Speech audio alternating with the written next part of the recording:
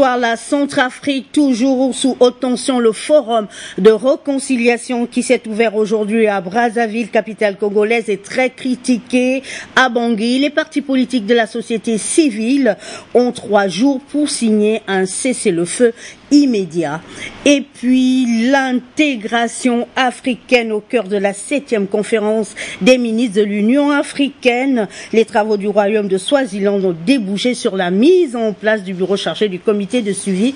Enfin, 1280 dossiers de demande de stage des agents civils de l'État examinés ce matin au ministère de la fonction publique à l'occasion des travaux de la commission technique pour la mise en stage professionnel des agents de l'État. Bienvenue dans cette édition d'information de 20h. D'abord, cette audience que le Premier ministre, chef du gouvernement, Daniel Onondo, a accordée à une délégation du Fonds africain de garantie. Il a été essentiellement question du financement des PMI gabonaises. David Esmeya, Patrick Desmabions. C'est le ministre de l'économie et de la prospective, Christophe Akaramba, qui a introduit cette délégation du Fonds africain de garantie, conduite par son président, Abdoulaye Biochan, au cabinet du Premier ministre. Une institution qui a été portée sur les fonds baptismaux grâce à la volonté de la Banque africaine de développement, du Danemark et de l'Espagne, dans l'optique de promouvoir la garantie des prêts aux petites et moyennes entreprises en Afrique, en proie aux difficultés d'obtenir des financements auprès des banques. Avec le chef du gouvernement, le professeur Daniel Onondo, il a été question pour cette mission d'ausculter ensemble les tenants et les aboutissants de cet ambitieux projet. Les petites et moyennes entreprises en Afrique et en particulier au Gabon se plaignent très souvent et à juste titre qu'elles n'arrivent pas à avoir des financements auprès des banques, qu'elles n'arrivent pas à avoir des ressources pour avoir des fonds propres plus importants. Et donc je suis venu en parler au Premier ministre et dire comment nous pouvons aider le Gabon dans ce domaine-là, soit à créer son institution propre, un fonds ici au Gabon, soit à appuyer les banques nationales, les banques qui sont installées ici au Gabon, à accorder davantage de prêts aux petites et moyennes entreprises dans ce pays. Bien, le Premier ministre a manifesté un grand intérêt dans cette initiative et donc nous allons discuter dans les semaines qui viennent avec le ministre de l'économie pour voir quels sont les projets qu'il y a ici. Ce que nous pouvons faire d'ailleurs ne concerne pas seulement ces fonds de garantie, il y a un vaste domaine qui concerne le secteur financier dans ce pays dans lequel effectivement le Gabon peut se positionner non seulement dans la sous-région, mais également en Afrique comme une place financière importante pour les acteurs, que ce soit les entreprises, que ce soit les épargnants en Afrique et dans la sous-région de la CEMAC. Le Fonds africain de garantie, qui a son siège au Kenya, couvre l'ensemble du continent à travers la BAD. Cet organisme a déjà fait ses preuves en Afrique de l'Ouest et aujourd'hui dans quelques pays de l'espace CEMAC, le tout illustré par un accord avec la BGFI par le biais de ses différentes filiales, mais appuie également Ecobank, UBA et bien d'autres structures bancaires.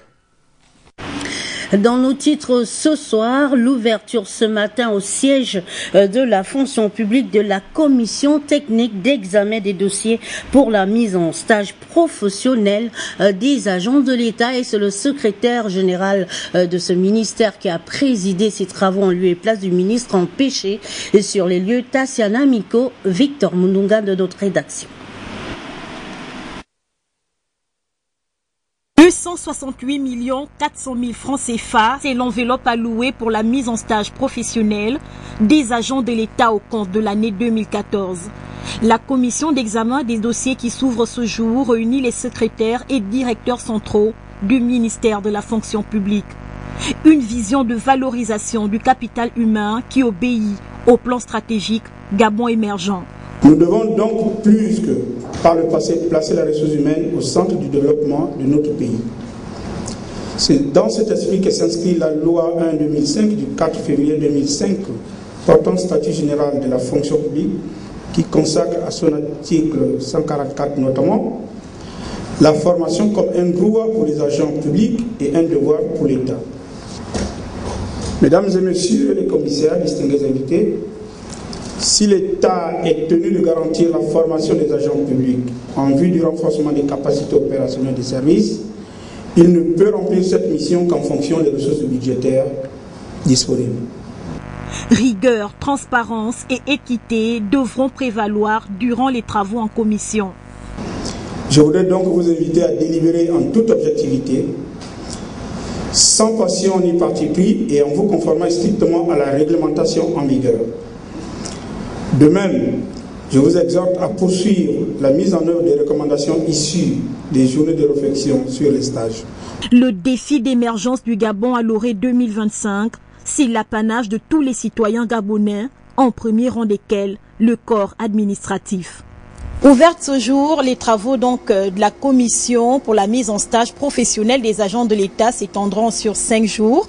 5 jours durant, les commissaires vont plancher sur 1280 dossiers de demande de stage, toute chose qui répond à la vision d'un Gabon de services performant qui passe naturellement par la valorisation du capital humain. Alors, au siège de la fonction publique, Tassiana Minko, Victor Mundunga. Merci Tassiana pour toutes ces précisions dans l'actualité ce soir. Les épreuves orales du baccalauréat session 2014 qui ont démarré ce matin. Plusieurs candidats de l'intérieur du pays et de la capitale gabonaise ont fait le déplacement de leurs différents centres d'examen. Le constat est fait ici par Cabrel Guilain Lemami et Richard Moubiwa Massessi. Les épreuves d'oral du baccalauréat session 2014 ont débuté dans une ambiance studieuse. Plusieurs candidats des établissements de la capitale gabonaise ont fait le déplacement de leur centre d'examen. Des oraux qui se déroulent du moins sans heurts. Ce matin, nous entamons la deuxième moitié de la première partie du bac, c'est-à-dire l'oral des langues. La phase écrite s'est achevée jeudi en matinée et tout s'est bien passé. Nous entamons donc ce matin la phase orale. Et comme vous pouvez le constater, le démarrage a été effectif et nous n'enregistrons aucun inconvénient. Selon certains candidats, les textes soumis à leur appréciation seraient plus ou moins accessibles. C'est Africa, en français, c'est l'Afrique du cerveau, l'Afrique. Le texte apporte un conseil qui demande à ceux que les Africains... que l'intelligence africaine ne doit pas sortir de l'Afrique, aller en Europe. Nous devons garder notre intelligence ici. Mon sujet était la corruption et les questions visaient à répondre aux méfaits de la corruption sur la société, dire quelles sont nos intentions contre la corruption et quelles sont les propositions que nous pouvons apporter afin de pouvoir y remédier à ce fléau. Et ça ira, de toutes les façons ça ira, et il n'y a qu'une seule façon de le savoir. On attend juste les résultats. Ces épreuves orales se dérouleront durant une semaine. Déjà, la proclamation du premier tour de cette session est attendue dans les tout prochains jours. L'autre titre de ce journal concerne l'intégration africaine, centre de réflexion des travaux de la 7e conférence des ministres de l'Union africaine. Les assises du royaume de Swaziland ont débouché sur la mise en place du bureau chargé du suivi des projets issus de cette conférence. Le compte rendu de Sacha Pinji et Jean de Dieu Mambundu. Infrastructure au service de l'intégration africaine est le thème identifié pour la 7e conférence des ministres africains de l'intégration. Ce thème, qui a réuni plusieurs États membres de l'Union africaine au royaume de Swaziland, a été choisi pour susciter des recommandations axées sur le débat et l'action en vue de relever certains des défis de taille qui freinent l'accélération et la réalisation de l'agenda pour l'intégration économique du continent. La cérémonie d'ouverture de cette conférence a permis à la mise en place du bureau chargé de suivre la réalisation des mesures qui seront prises au cours de la conférence. Pour un mandat de 1 an, la présidence revient au royaume de Swaziland, la première vice-présidence au Ghana, la deuxième à la République démocratique du Congo, représentant l'Afrique centrale. La troisième vice-présidence à la Tunisie et la Tanzanie est rapporteur. Demander à ce qu'un pays représente l'Afrique centrale, et comme c'était notre tour, c'est tout naturellement qu'on a pris ça, parce que on fait partie de la CEAC, comme je viens de le dire. C'est dans le cas de la CEAC, la RDC effectivement, et devoir gérer. Moi, je souhaite que cette intégration soit réelle, que les populations africaines puissent être bénéficiaires de cette intégration, parce que c'est un avantage majeur. Quand on regarde aujourd'hui l'évolution de l'Union européenne par rapport à l'intégration des peuples, l'intégration du marché, des activités, du commerce et tout ça, ça avance. C'est un bloc aujourd'hui très important. Les avantages de l'intégration commencent à se faire ressentir dans certains secteurs. Je crois que la région la plus forte, d'après nos estimations, c'est la SADC. À l'intérieur de la SADC, ça va de l'ordre de 19%. Au niveau de la CEDEAO, je crois que c'est 15%. Du COMESA, 9%. Les Africains refusent de céder une petite partie de leur souveraineté pour faire l'intégration. L'intégration régionale est reconnue comme un moyen de stimuler le développement commun. Ces conférences annuelles offrent des opportunités aux acteurs africains de l'intégration de faire le bilan de leurs actions. Dans le même ordre d'idées, nous vous proposons la présentation des projets mis en place dans le cadre de l'intégration africaine et nous retrouvons Sacha Pinji. Mbambane, la capitale du royaume de Swaziland, a réuni du 14 au 18 les experts de l'Union africaine. L'objectif, la présentation du projet PIDA, la mise en œuvre de l'agenda 2063. Le PIDA va procurer aux acteurs africains un cadre commun pour bâtir les infrastructures nécessaires au réseau de transport, d'énergie, de TIC et d'eau transfrontalière, plus intégrés pour booster le commerce. Dans le cadre du PIDA, l'un des points essentiels était de définir quelle vision on donne à ce programme pour qu'il puisse jouer pleinement son rôle. C'est là où les efforts doivent être faits essentiellement par nos États et tout ce qui nous accompagne. Et donc, le programme s'articule sur le développement des corridors essentiellement, des corridors de transport routier, qui sont des transafricaines sur le continent, à travers des opérations de construction, de réhabilitation, mais ce n'est pas tout, à travers aussi les services qui doivent accompagner, notamment l'harmonisation des normes. La mise en place de l'agenda 2063, qui est un cadre stratégique pour la transformation socio-économique du continent dans les 50 prochaines années, a soumis les participants à une série de questions-réponses. L'objectif, faire un travail d'équipe qui sera validé par les ministres chargés de l'intégration. Pour donc réussir ce challenge, les leaders du continent doivent apporter une thérapie efficace et durable à tous ces maux qui rongent le processus d'intégration continentale. Nous lançons un appel à tous les acteurs, aux hommes politiques, aux opérateurs économiques, à la société civile africaine, à tous les Africains, pour dire que le processus de l'intégration, c'est l'affaire de tous. Donc nous attendons une mobilisation générale autour de cette question parce que ce n'est pas un luxe et l'Afrique l'intégration n'a pas une autre alternative crédible. C'est-à-dire l'Afrique doit s'intégrer, réussir son intégration économique et politique. Mais nous pensons que ce qu'il faut faire, c'est de joindre l'acte à la parole. L'intégration africaine est donc une stratégie de développement majeure pour le continent. Merci Sacha pour toutes ces informations sur le plan local. Libreville, la capitale gabonaise, abrite depuis ce matin un atelier de sensibilisation du suivi des ressources en eau sur les bassins du Congo et de l'Ogooué. Et pour en parler, nous recevons sur ce plateau le docteur Siga Kamdjou. Bonsoir docteur. Bonsoir madame. Alors vous êtes directeur en recherche en hydrologie et vous êtes coordonnateur de ce programme Congo ICOS. Oui. Est-ce que vous pouvez nous dire un mot sur ce programme?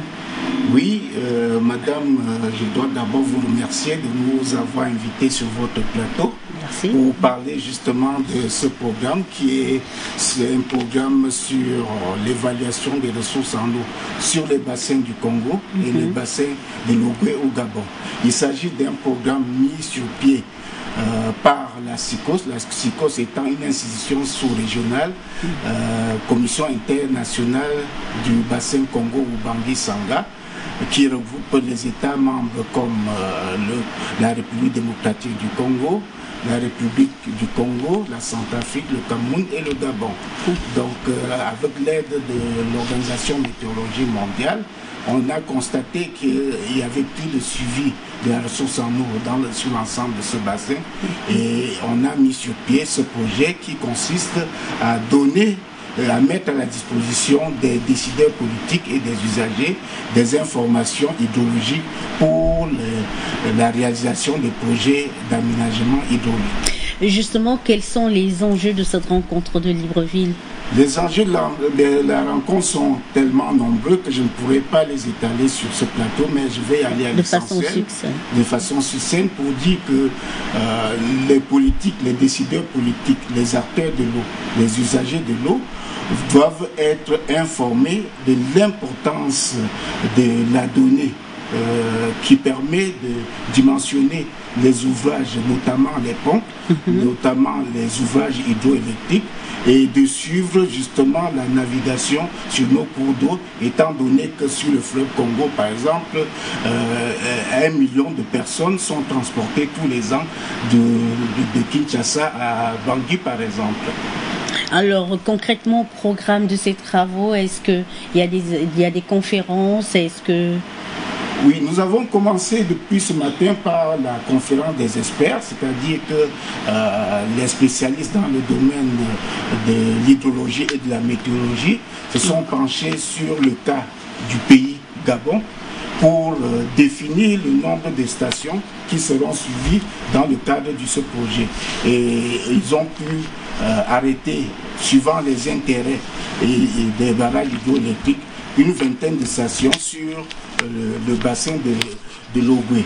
Et demain, nous allons présenter les résultats de ces travaux aux décideurs politiques, aux parlementaires, aux usagers comme la SEEG et tous les autres acteurs qui travaillent dans le domaine de l'eau afin qu'ils puissent être sensibilisés sur la collecte des données qui est un élément important pour le dimensionnement et l'utilisation de l'eau.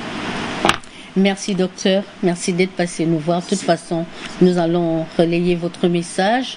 Peut-être un mot de fin? Oui, avant de vous remercier pour la fin, je dois justement remercier les autorités gabonaises pour l'accueil qui nous a été réservé à l'occasion de cet atelier. Merci.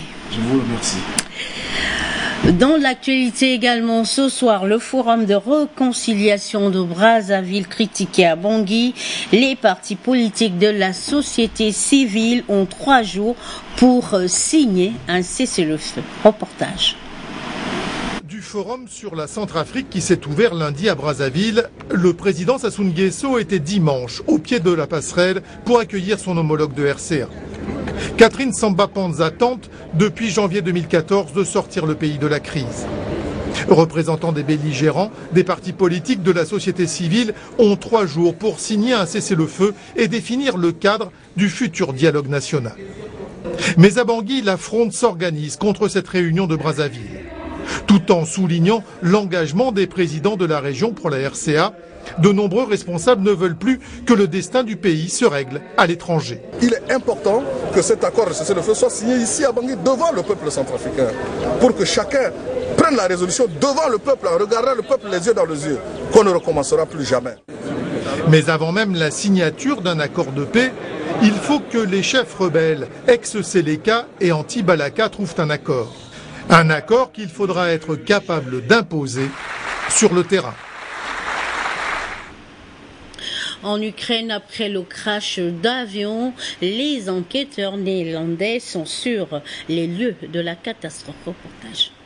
Néerlandais en mission dans l'est de l'Ukraine. Accompagnés de représentants de l'OSCE, ils sont venus identifier les corps des victimes du crash de la Malaysia Airlines.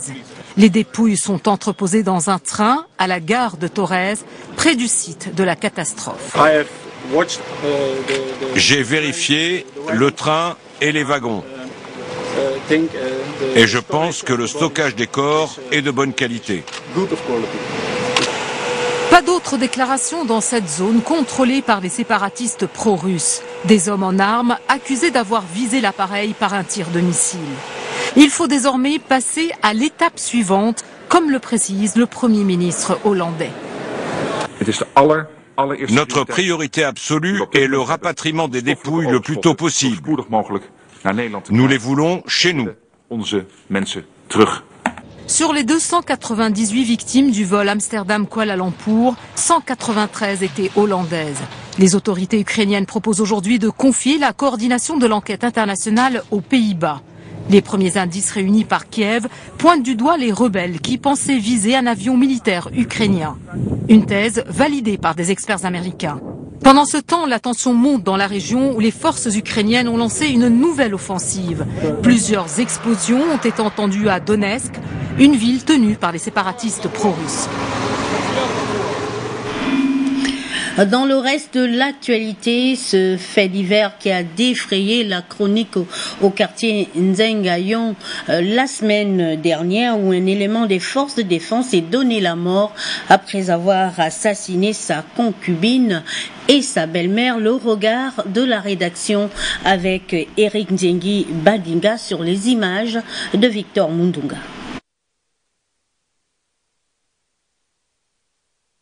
Le drame digne d'un film d'horreur est survenu au quartier Nzengayong à Libreville dans la nuit du mercredi à jeudi dernier.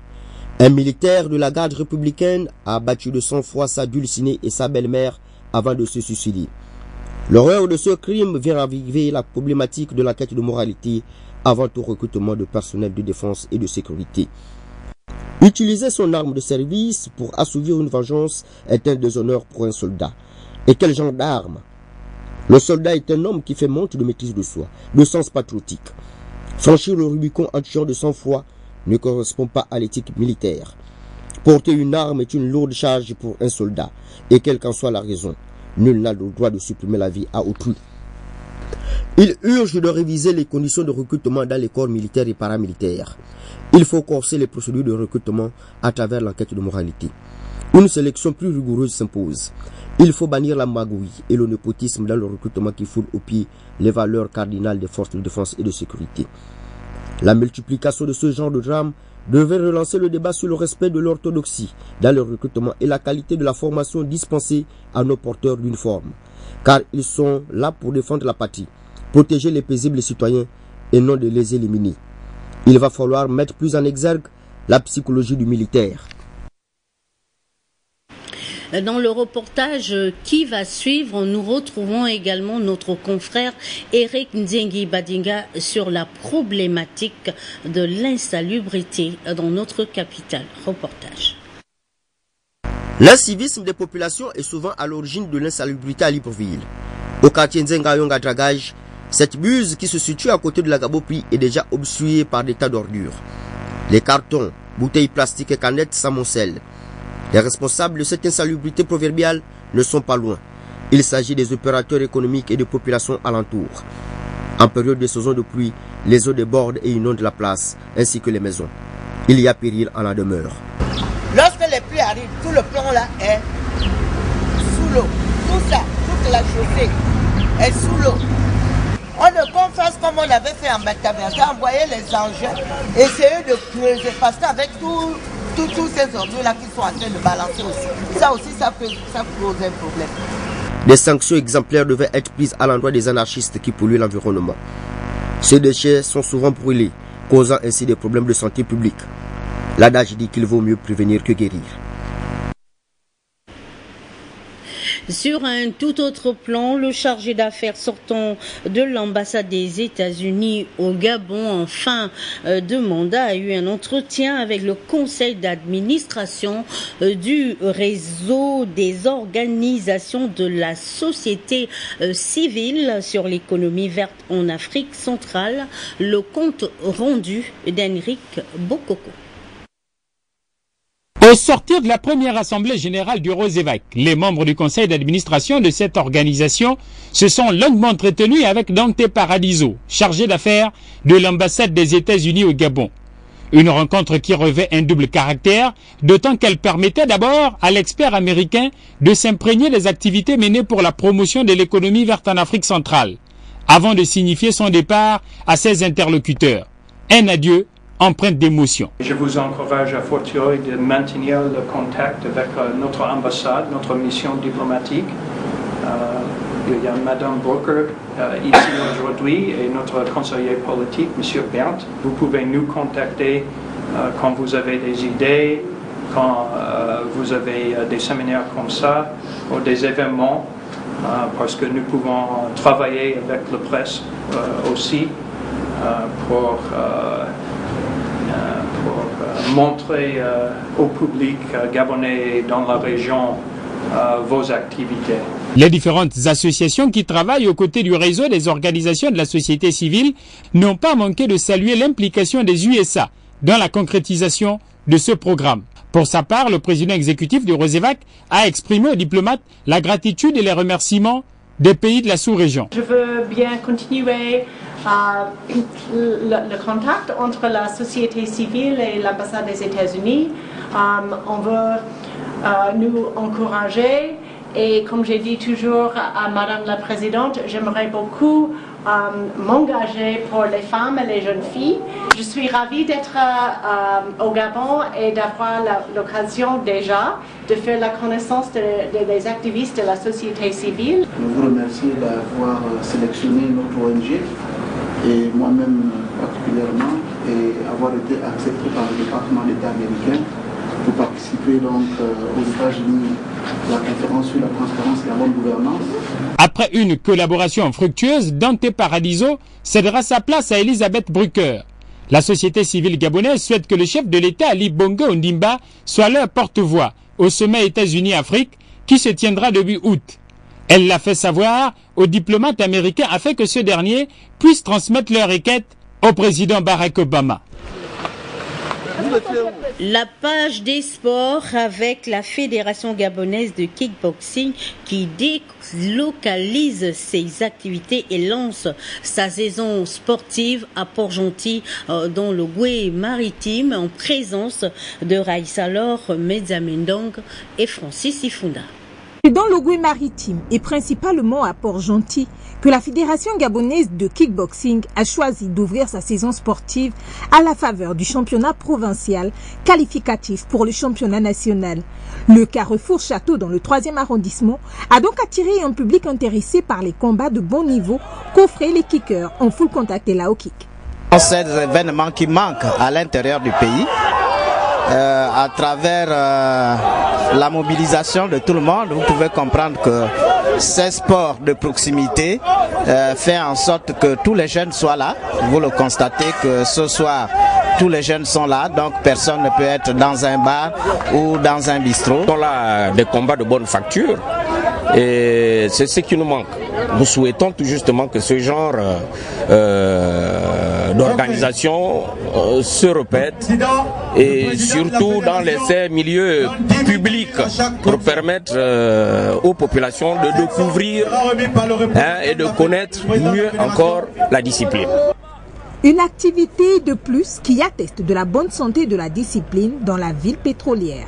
Je suis venu parce que c'est la première édition où on applique cette formule. C'est sûr que les autres éditions, peut-être ce ne sera pas moi, ce sera un de mes vice-présidents. Mais c'était quand même pour lancer la saison aussi, faire l'assemblée générale, parce qu'il y a eu aussi des intrigues, soit disant qu'on n'a pas de ligue, il n'y a pas de ligue de Goué maritime, il n'y a pas on a que la ligue du Olympique.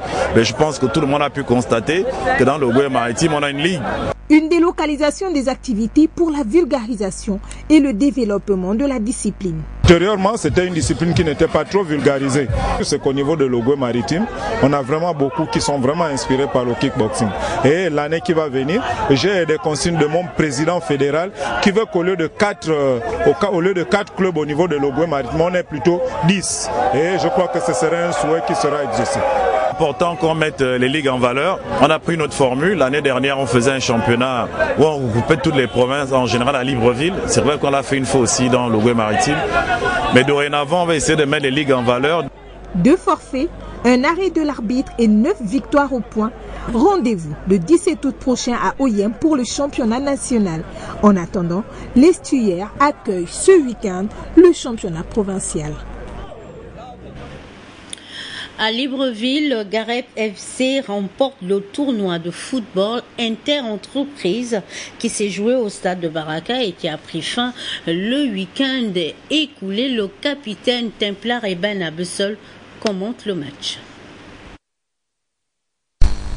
Les matchs ont été particulièrement intéressants au cours de ce tournoi de football inter-entreprise qui s'achève.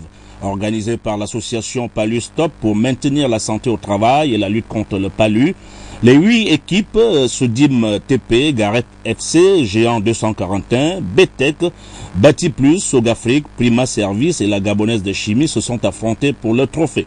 Au finish, c'est la formation de Gareth FC qui a remporté ce tournoi devant celle de Sogafrique par 3 buts contre 1.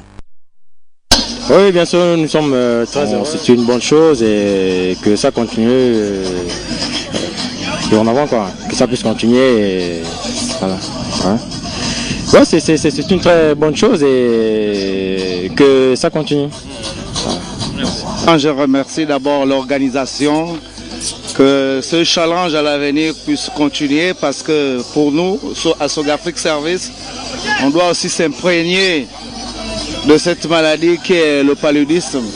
C'est pourquoi nous avions été contents de participer à ce tournoi.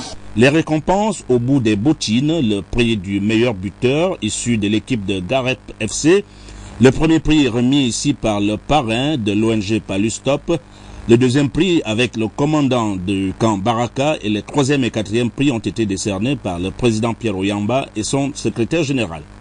Il est important pour les entreprises d'avoir des travailleurs en bonne santé, puisque les heures de travail manquées, c'est un manque à gagner pour l'entreprise. Nous allons continuer la sensibilisation au niveau des plus jeunes, au niveau des écoles et dans d'autres circonstances. Donc, ce qui fait que pour l'instant, nous avons commencé avec les entreprises. Nous irons petit à petit vers d'autres couches de la population. Objectif atteint pour cette association Palustop qui lutte contre cette maladie depuis plus de 15 ans. Un autre tournoi de football en direction des plus jeunes pourrait être organisé au mois d'août prochain pour détecter de jeunes talents. Du football toujours avec ses communiqués, le président du comité d'organisation du tournoi de football Bitam Vacances édition 2014, Mveson Sami Edgar porte à la connaissance des dirigeants des clubs devant prendre part à la dite compétition que le dernier délai de dépôt de dossier et de frais de participation est fixé au dimanche 27 août 2014. Passé ce délai, aucune autre forme de participation ne sera acceptée. Par ailleurs, le tirage au sort, quant à lui, aura lieu le 30 juillet 2014 à Libreville, comme initialement prévu. Le lieu de la dite cérémonie vous sera communiqué ultérieurement. Et puis, dans le cadre du championnat national professionnel de football, le club Boumi FC, vainqueur du championnat de la province de Langounié, convie tous les ressortissants de la province de Langounié en général, toutes les filles et tous les fils du département de la Boumi-Louété en particulier, à une importante réunion ce mercredi 23 juillet 2014 à 17h30 au stade de Nzengayon. Vu l'importance de l'ordre du jour, la présence de tous est vivement souhaitée. Et maintenant, nous vous proposons la célébration du Nelson Mandela Day, journée internationale de Nelson Mandela, qui est une occasion d'accorder 67 minutes de son temps à une action communautaire telle que le souhaitait le regretté président sud-africain. Des précisions dans ce compte rendu de Yannick Menga, Yvette Okosa. Journée internationale en l'honneur de feu Nelson Mandela, premier président sud-africain de couleur, grand combattant de l'apartheid et fervent promoteur des droits de l'homme, qui a quitté ce monde le 5 décembre dernier. Cette journée est un appel à l'action. Chacun de nous peut la célébrer en s'attelant à combattre les véritables problèmes au sein de sa communauté, donnant ainsi un sens profond à cette journée. C'est dans ce courant de pensée qu'une délégation de la compagnie pétrolière Engen s'est rendue au Centre national de gérontologie de Mélène afin de remettre aux personnes âgées et démunies des kits de première nécessité. Accompagnés des hauts représentants de l'ONU, de l'ambassadeur d'Afrique du Sud au Gabon, ainsi que les représentants du ministre de la Santé, ces présents furent un baume au cœur pour ces citoyens du troisième âge. Nelson Mandela a consacré 67 ans de sa vie au service de l'humanité. Et donc, à travers la fondation qu'il a créée, il y a une disposition qui a été prise, qui est de dire que tous les 18 juillet, autant que nous sommes, où que nous soyons, par rapport à la contribution active que feu le président Nelson Mandela a apporté au service de l'humanité, donc où que nous soyons, nous consacrions 67 minutes de notre temps au service des autres, parce que cela a été le combat, la vie de Nelson Mandela, servir les autres, œuvrer dans le sens d'un monde juste, d'un monde d'égalité. Notons que cette journée, célébrée peu de temps après les épreuves écrites du baccalauréat, s'est déroulée timidement sur le territoire gabonais. Nous refermons cette édition d'information avec cette rencontre entre les chefs d'entreprise françaises et le haut représentant du Gabon en France, son Excellence Germain Ngoyo Moussavou, dans le cadre de la promotion du plan stratégique Gabon émergent. Reportage. Comment drainer et densifier le volume des investissements français au Gabon? Tel peut se résumer cette journée de rencontre à Paris entre une délégation d'experts gabonais et des investisseurs potentiels de l'Hexagone. En droite ligne de celle organisée à Bordeaux, dans le sud-ouest du pays, au mois de novembre 2013, cette journée spéciale, le vendredi 4 juillet 2014, dans le 14e arrondissement à Paris, avait pour thème central Gabon émergent, des opportunités d'affaires pour les entreprises françaises. L'Afrique est une priorité de l'action française et de la diplomatie économique française. Nous avons bien entendu des relations historiques avec le Gabon que nous devons entretenir et continuer à enrichir. L'histoire doit continuer. C'est vrai que si nos parts de marché ont diminué au cours de la dernière décennie, il n'en demeure pas moins que le Gabon demeure une priorité pour nous, surtout lorsque l'on voit la dynamique qui est instituée depuis 2009 au travers du programme stratégique Gabon émergent. Eh bien, on se dit que UbiFrance doit être là aux côtés des entreprises françaises pour les accompagner sur ces nouveaux territoires de développement. Dans son allocution de circonstance, l'ambassadeur du Gabon a renouvelé aux acteurs français l'invitation du chef de l'État gabonais d'être plus présent dans les secteurs prioritaires retenus par le plan stratégie Gabon émergent. Au-delà des secteurs dans lesquels elles sont traditionnellement présentes, à savoir le pétrole, le bois et les mines, les entreprises françaises sont désormais attendues dans l'agro-industrie, la pêche, le tourisme et les services. Mon entreprise donc commercialise des équipements industriels. J'ai été intéressé par deux sujets, notamment le développement minier. J'ai vu il y a deux projets miniers, un du fer et un de manganèse, qui sont pour nous intéressants. Et ça va nous permettre de développer notre partenariat avec des acteurs locaux, revendeurs, installateurs, intégrateurs, qui vont nous représenter demain au Gabon. Était également présent à ce rendez-vous l'APIEX, Agence pour la promotion des investissements et des exportations du Gabon, le ministère de l'économie et le ministère des mines et de l'industrie, dont les présentations ont permis d'édifier l'assistance sur la bonne santé économique, l'attractivité fiscale et les nombreux avantages comparatifs de la destination Gabon. La journée d'aujourd'hui à UbiFrance nous a permis de prendre conscience que des mesures en termes douanières et fiscales permettaient au Gabon d'être un vrai hub pour installer des sociétés. Et dans le cadre de notre développement et de nos interrogations, particulièrement dans le développement de pays proches du Gabon, nous gardons en tête que ce développement peut se faire depuis le Gabon et que toutes les mesures en termes fiscales et douanières ont été mises en place pour ce faire. Véritable atelier d'affaires sur le Gabon émergent, co-organisé par l'Agence française pour le développement international des entreprises, UbiFrance, et l'ambassade du Gabon en France, le programme de cette journée portait sur différents sujets, entre autres le cadre des relations franco-gabonaises, le plan stratégique Gabon émergent, s'implanter localement, la pratique des affaires, la sécurité des investissements, le financement des projets. Bref, la délégation gabonaise et les participants français ont échangé pendant un peu plus de 5 heures, collectivement, jusqu'à la série de rencontres en B2B. Nous sommes basés à Troyes dans le domaine des chaînes industrielles, de convoyage. Et en ce qui nous concerne, nous avons appris beaucoup sur l'intérêt du Gabon, les contraintes aussi qu'il y a au Gabon et les points de développement que le Gabon et son gouvernement ont décidé de mettre en avant sur les prochaines années. Pour nous, c'est très important de comprendre là où le Gabon veut se développer afin de pouvoir nous-mêmes promouvoir nos produits dans les secteurs que le Gabon a décidé comme stratégiques. Une centaine de filiales d'entreprises françaises sont déjà bien implantées au Gabon, dans les secteurs diversifiés que sont le bois, le pétrole, les mines, l'agroalimentaire, le BTP, l'eau, l'électricité, les services financiers.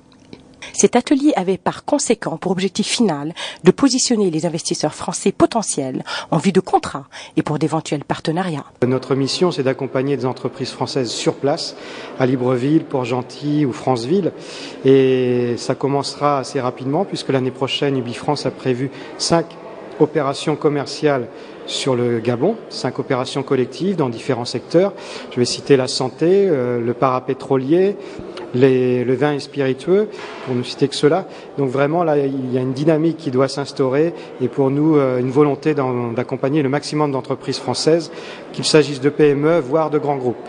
Le Gabon, un pays riche aux multiples atouts, dans le projet présidentiel est d'en faire un pays émergent d'ici l'année 2025. Les hommes d'affaires français participant à cet atelier en sont sortis très intéressés. Une initiative de l'ambassade du Gabon en France qui continue de s'inscrire dans la dynamique de la diplomatie économique prônée par le président de la République gabonaise.